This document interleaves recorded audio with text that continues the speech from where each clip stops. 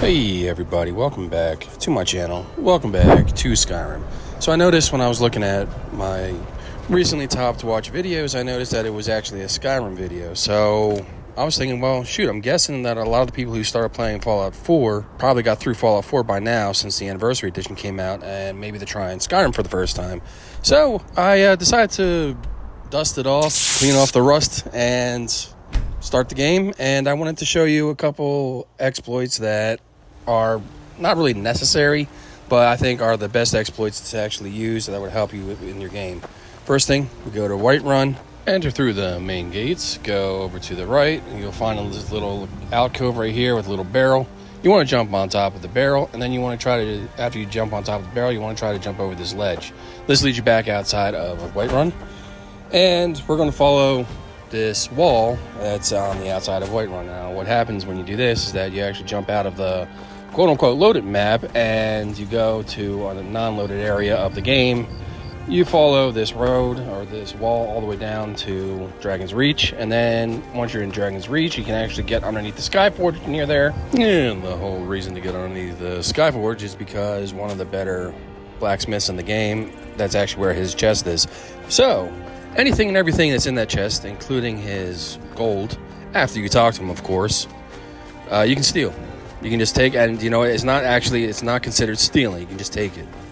And this will give you a bit of an advantage early game if you need like armor, weapons. I mean, I know everything kind of levels up with your character, but he does have some of the better stuff to begin with. On top of that, it also gives you a lot of material and stuff that you can use to start crafting your own weapons and armor in this game. And by going that route, it's actually easier and quicker, in my opinion, to level up to the best armor that you can possibly find in the game without actually getting to that specific level where you will start finding it randomly. So by the time you get up right near Dragon's Reach, you'll see it up here. We're going to back up a little bit. You can see that's Dragon's Reach right there, and then the Skyforge is right next to it. There's this little area that never kind of like loads in. It's like a big old hole. You want to kind of go up this path where these like rocks are and where the wall is kind of like connected. And then you'll just walk or run straight through it. You can kind of see what the Skyforge is. And you should see the chest. There's a Yagosphere, whatever it's called. And then, yeah, that's the weaponsmith's or blacksmith's chest. You can go and literally take anything and everything you want in here. And if you want to get his money, he always carries a little over 1,000 gold, which is a good starting bit of money. If you're beginning the game. He's not here. He usually shows up around 10 o'clock. So we're just going to wait it out until he gets in. And then I'm going to show you how to go and talk to him. All right, now that we waited a little bit, we should see him showing up pretty soon. There he is. Older fella. You'll see him. He's walking above you at the Skyforge. Usually he goes to the Skyforge itself, which is that big circular thing in the air that we're looking at. And yes, as people know, this is the vanilla game. This is the newest updated version of the vanilla game. And I figured if anybody is starting this game for the first time, this is the game they're going to get right out the package. So there's no mods, nothing like this. This is just how the game is. So hopefully it'll help some of the newer players. Hopefully that's who's watching this right now. So he gets onto this little grinding wheel over here, right? And what you want to do is you want to get underneath him. And you kind of want to jump up in the air and then press like the talk to button. So it's like I think it's A on the Xbox. I think it's X on the PlayStation, and I'm not exactly sure what it is on Switch or Switch 2, but it's usually the bottom button, whatever that is. But anyway, yeah, you want to jump up and then you want to hit like talk, and then when you do that, he'll say "Guys, be praised." You can go through all his inventory. Doing that unlocks the amount of money that he has to do some trading. And if you go and jump up to where his chest is, you can go down and you can find his whole like stash of money. So you can just grab it. Just grab over $1,000, and you can grab any of the armor that you find. My character here, I think this character's at level 36. So my character's been around for a little bit, but it doesn't really matter what level you are. This blacksmith always carry at least about 1,000 gold. And his gold respawns, I think it was every 36 to 48 hours in game. So if you do take all of his gold, and you take all his inventory, and then you go down and you can sell it to some other merchants if you want, or you can keep it for yourself. You can go and redo this exploit a second time a day and a half later, and you'll get some new stuff. So I think that's where we'll leave it from here. Yeah, we'll just jump up here again, and I did a little bit of trading. You can see that all the stuff that you trade goes back into that chest. So yeah, there you go. And then if you go out this way, this will lead you back into Whiterun. There it is. There's that tree. Usually it's dead, but I kind of fixed it with this game, with this character. All right, we'll move on to the second exploit I wanted to share with you. So the second exploit is a duplication exploit. And this one's pretty simple. You have to get yourself a follower. You can find some that are free or cheap. If you help some of the guys in Riverwood, you can either have an elf follow you or a bard follow you. Depends on who you help.